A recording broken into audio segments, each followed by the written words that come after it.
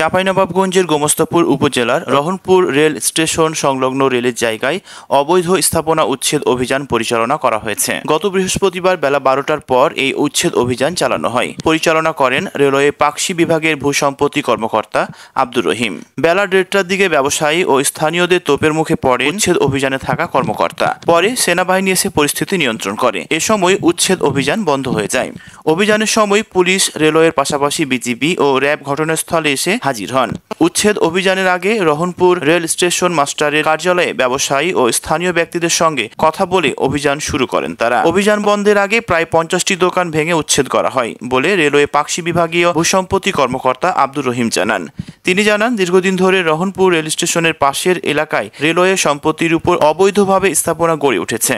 ইতিপূর্বে নোটিশ দেওয়ার পরেও তারা স্থাপনা সরিয়ে না নেওয়ায় সেসব অবৈধ স্থাপনা উচ্ছেদ করা হচ্ছে। প্রায় 2 শতাধিক অবৈধ স্থাপনা ভেঙে ফেলা হতো, তবে প্রায় 50টি দোকান উচ্ছেদ করা হয়েছে। 12টার পর উচ্ছেদ অভিযান শুরু হয়ে 1:30টা পর্যন্ত চলে। পরে বৈধ ও অবৈধ দোকানগুলোর ভাঙার সময় হট্টগোল শুরু হয়। বেলা 3টার দিকে উচ্ছেদ অভিযান বন্ধ ঘোষণা করা হয়। পরবর্তীতে আবারও অভিযান পরিচালনা করা হবে বলে জানানো হয়। ব্যবসায়ী নেতা আশরাফুল ইসলাম আশরাফ জানান, রেলের পার্কিংয়ের জন্য যেটুকু জায়গা দরকার সেটুকু ভাঙবে, কিন্তু লিজ নেওয়া রেলের জায়গা ভাঙার জন্য মাইকিং করে আধা ঘন্টার মধ্যে সরে যেতে বলে।